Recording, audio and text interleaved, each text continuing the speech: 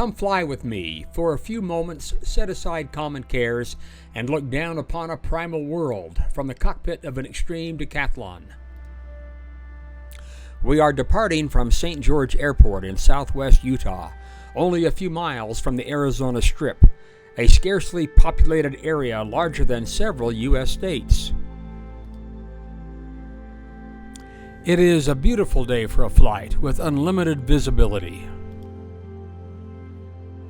The decathlon actually takes off very slowly, but throughout our flight, I'll speed up the film footage or slow it down to real time for effect.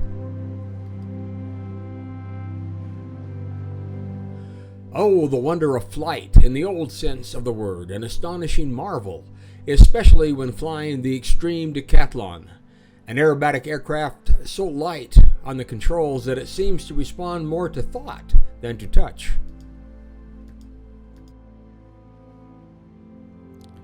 As I am your pilot today, I'll tell you a little about myself. The first time I flew as a boy was in a two-seat Luscombe. It was my first flight lesson, the pilot a friend of my father's. It was winter and the snows blanketed and perfected the fields and houses below. Everything was harmonious, in order, the white-capped mountains of the Wasatch, the winding Weber, Ogden, and Bear Rivers, the inland sea of the Great Salt Lake, the islands of Antelope and Fremont, all seemed a miniature, faultless world below me. That flight was a wonder. We are also flying in the winter, but now over incredible snowless deserts.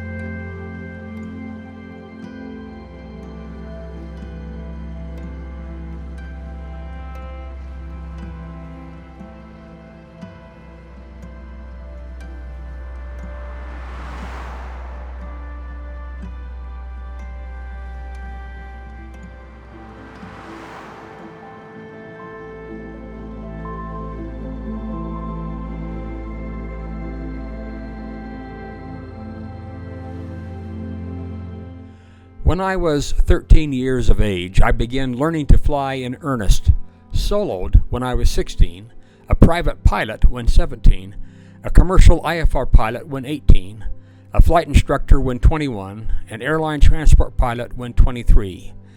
In the early days, I flew nearly 6 days a week, often flying charters, low level, over the deserts and mountains of Western America, bush flying, for exploration companies like Shell Oil and Kerr-McGee, also the Forest Service, BLM, the Bureau of Indian Affairs, and others with similar needs, operating frequently off-airport.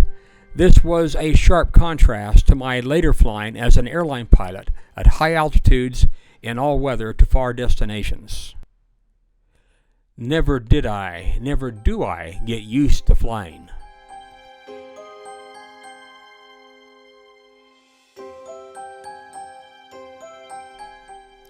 Here in the far distance, we can see Zion National Park, right side up, and now upside down.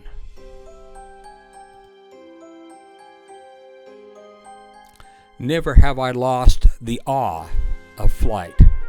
Only God can keep our loves alive. Any love which is not fixed by the eternal must by default be fixed by that which is temporal or temporary. In my thousands of flights, I have seen thousands of wonders. I still thrill in looking down on the earth, then flying straight up and over the top, looping the aircraft. The ground reappearing as I fall headlong towards its solid, unyielding surface. Then realign my perspective with the infinite horizon.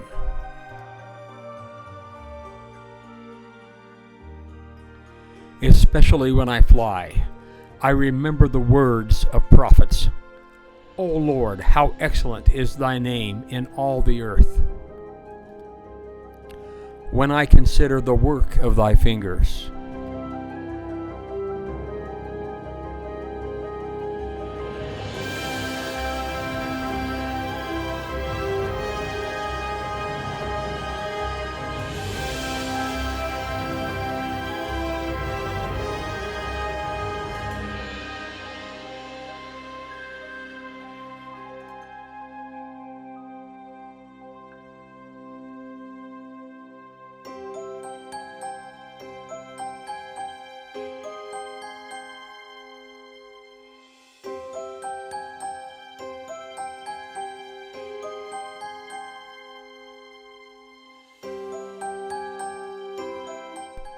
The earth rolls upon her wings, and the sun giveth his light by day, and the moon giveth her light by night, and the stars also give their light, as they roll upon their wings in the glory, in the midst of the power of God.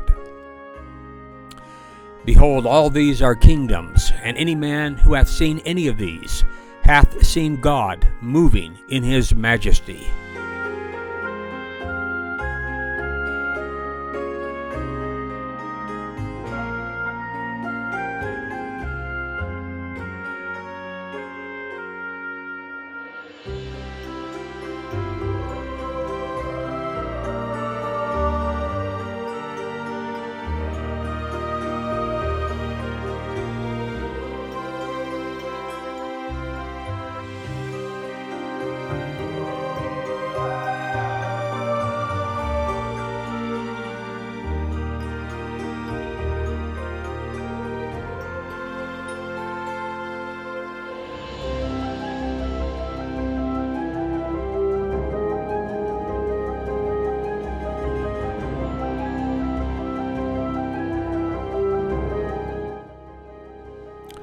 God said unto Moses, For mine own purpose have I made these things, and by the word of my power have I created them, which is mine only begotten Son, who is full of grace and truth.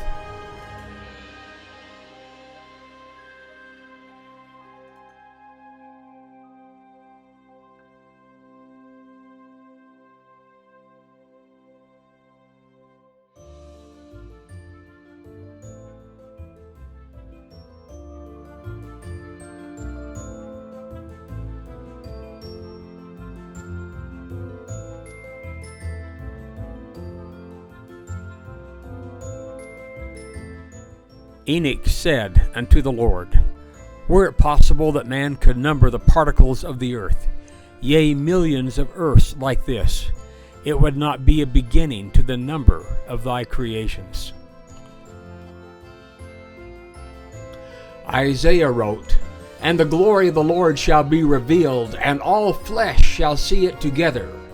Who hath measured the waters in the hollow of his hand, and meted out heaven with the span, and comprehended the dust of the earth in a measure, and weighed the mountains in scales, and the hills in a balance? Lift up your eyes on high, and behold, who hath created these things? They that wait upon the Lord shall renew their strength. They shall mount up with wings as eagles.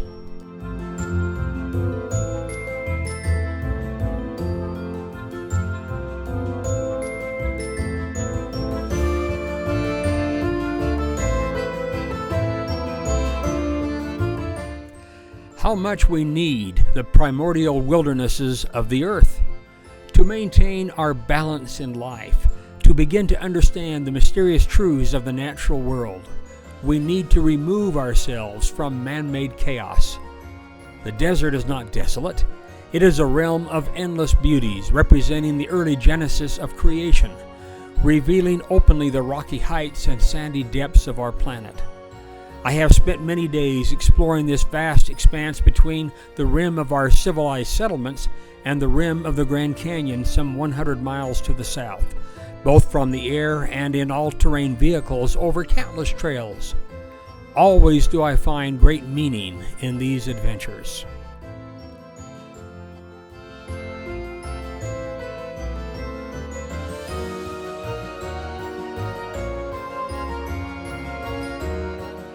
Now we return speedily to St. George Airport. Enjoy the landing.